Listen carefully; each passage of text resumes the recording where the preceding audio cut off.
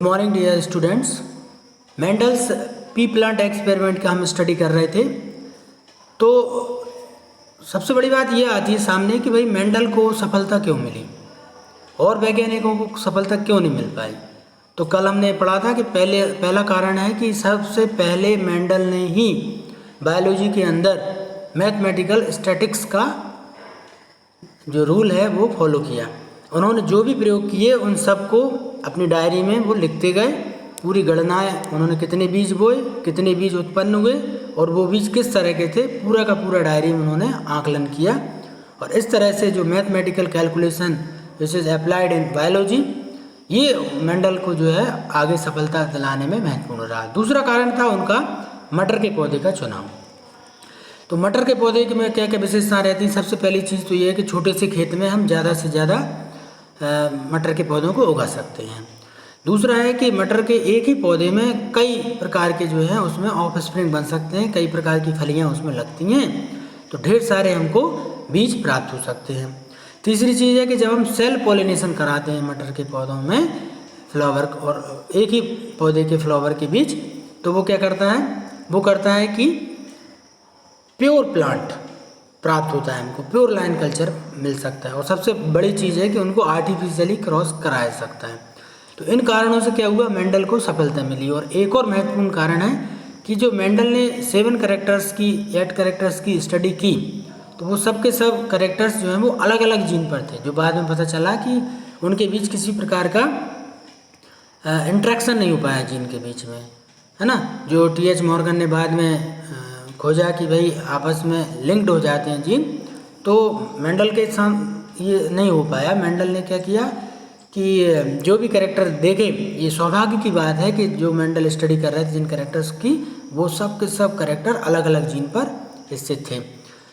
तो मेंडल ने किस तरह से अपने प्रयोग किए, तो उन्होंने क्या किया, एक जो एंथर रहते हैं वहाँ से पोलन ग्रेन कलेक्ट किए और स्टिग्मा पर डाल दिए। और उसके बाद क्या किया, उसको सेल्फ पॉलिनेशन कराने के बाद उनको एक कॉटन के कपड़े से ढक दिया ताकि उसमें कंटामिनेशन ना हो और हमको प्योर ब्रीड प्राप्त हो सके।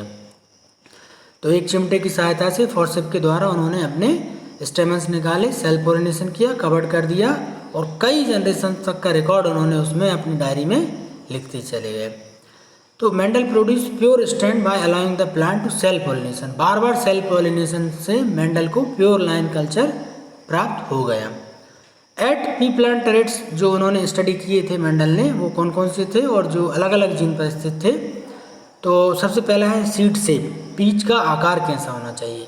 तो आप सब जानते हैं यदि बीज का आकार गोल रहेगा तो वो कैसा रहेगा, अच्छा माना जाएगा, तो उसको हम डोमिनेंट कहते हैं। और उसका अगेंस्ट क्या रहेगा, रिंकल्ड। यदि सीड इस प्रकार के हैं तो वो कैसे कहलाएंगे, रिंकल्ड। तो उसको स्मॉल r के द्वारा डिनोट किया जाता है। सीड कलर की बात कर रहा है, अभी सेब की बात हो रही थी। सीड कलर, अच्छा बीज वो माना जाता है मटर का, यदि बोने के लिए लें तो येलो कलर का होना चाहिए उसको, और उसको कैपिटल Y से शो करते हैं। और यदि ग्रीन कलर का बीज है तो बोने में उसका यूज़ नहीं किया जाता, ग्रीन कलर को स्मॉल y से शो करते हैं। तो डोमिनेंट कैरेक्टर क्या हुआ, येलो, और रिसेसिव क्या हुआ, ग्रीन। पॉट शेप, यदि मटर की फली के आकार की बात करें, आकृति की बात करें, तो भरी हुई जो रहेगी, स्मूथ भरी हुई, जिसमें दाने भरे हुए हैं, तो वो कैपिटल S से शो करते हैं। और रिंकल्ड है यदि पॉड, तो उसको हम स्मॉल s के द्वारा शो किया जाता है। पॉड का कलर, फली का आकार जो है वो देखा जाता है कि वो ग्रीन कलर का होना चाहिए। फली का आकार ग्रीन हो, कलर सीड का क्या होना चाहिए, येलो।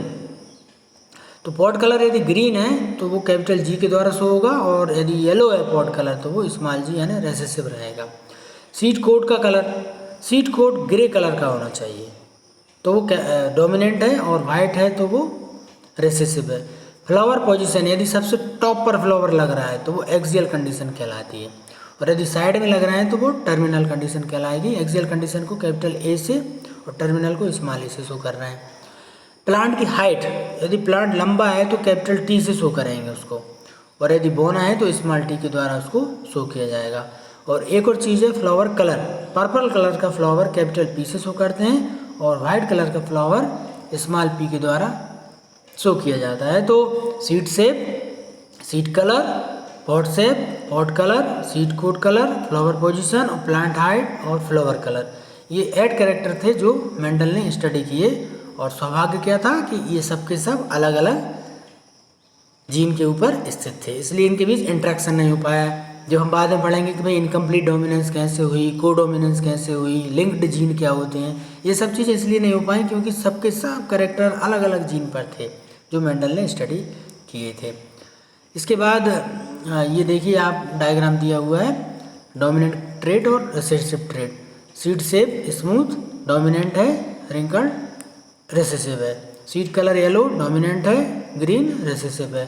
पॉट शेप इन्फ्लेटेड फूली हुई है तो वो डोमिनेंट है और रिसेसिव जो है वो रिंकल्ड है। पॉट कलर ग्रीन है तो वो डोमिनेंट है और येलो है तो वो रिसेसिव है। फ्लावर कलर पर्पल है तो डोमिनेंट और वाइट है तो रिसेसिव। फ्लावर पोजीशन एक्सियल है तो वो डोमिनेंट है और यदि टर्मिनल है तो वो रिसेसिव है। और स्टेम हाइट यदि देखें, टॉल डोमिनेंट कैरेक्टर है और डॉर्फ जो है वो स्मॉल कैरेक्टर है। ये उन्होंने जो स्टडी की थी उसका चार्ट। तो क्या जो मेंडल ने रेशो ऑब्जर्व किया था, थ्योरेटिकल रेशो और ऑब्जर्व रेशो दोनों एक जैसे थे? नहीं, मेंडल ने जो ऑब्जर्व रेशो किया था वो था 2.96। अच्छा, बायोलॉजी में क्या होता है, 2.96 को 3 मान लिया जाता है, बहुत करीब है। और जो 0.04 की त्रुटि आई है वो उसको स्टैटिकल एरर कहा जाता है। तो 2.96 को 3 मान लिया जाता है, तो रेशो जो है वो 3:1। ये लॉ ऑफ डोमिनेंस में सबसे पहला हमारा रेशो मिलेगा, वो तो मिलेगा लॉ ऑफ डोमिनेंस का ऑल टॉल, लेकिन F2 जनरेशन का जो मिलेगा वो मिलेगा आपको 3:1 रेशो। तो ये मेंडल का स्टैटिकल ऑब्जर्वेशन जो था वो थ्योरेटिकल रेशो थोड़ा कम था मेंडल का 2.96, लेकिन ये स्टैटिकल एरर के कारण था। अच्छा, जनरेशन को क्या क्या नाम देते हैं? तो जनरेशन में आप ध्यान रखिए, पेरेंट्स को P1 जनरेशन, पेरेंट्स की जनरेशन हो गई P1।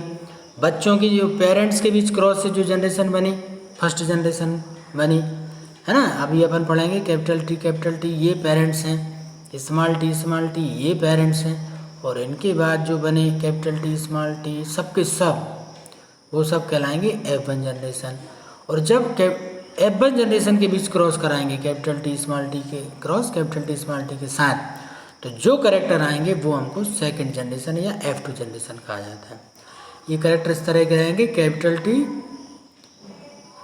ठीक है, कैपिटल टी, एक रहेगा कैपिटल टी स्मॉल टी, एक रहेगा कैपिटल टी स्मॉल टी, और एक रहेगा स्मॉल टी।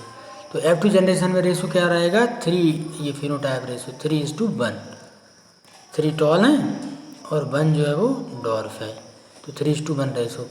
तो पेरेंट्स मतलब P1 जनरेशन, F1 जनरेशन यानी पेरेंट्स की क्रॉस के बाद जो बनी F1 जनरेशन, और F1 जनरेशन में आपस में सेल्फ क्रॉस कराया तो वो बनी F2 जनरेशन। इस तरह से 3 जनरेशन का हम स्टडी करते हैं। तो यहाँ आप देखिए ये पेरेंट्स हैं, कैपिटल टी और स्मॉल टी, इसको हम पेरेंट्स जनरेशन या P1 जनरेशन कहेंगे। इसके बाद जो सबके सब बनेंगे F1 जनरेशन में वो कहलाएंगे ये F1 generation, capital T small T और सबके सब टॉल। और जब F1 का क्रॉस F1 के साथ कराएंगे तो ये बनेगी F2 जनरेशन। और F2 जनरेशन में क्या हुआ, हमको ये 3 चीज़ें मिली, कैपिटल टी स्मॉल टी और स्मॉल टी। तो जो रेशो मिला हमको 3:1 का रेशो मिला हमको, है ना। अब बात करेंगे हम मोनो हाइब्रिड और डाई हाइब्रिड क्रॉस की, कल बात करेंगे हम, ठीक है।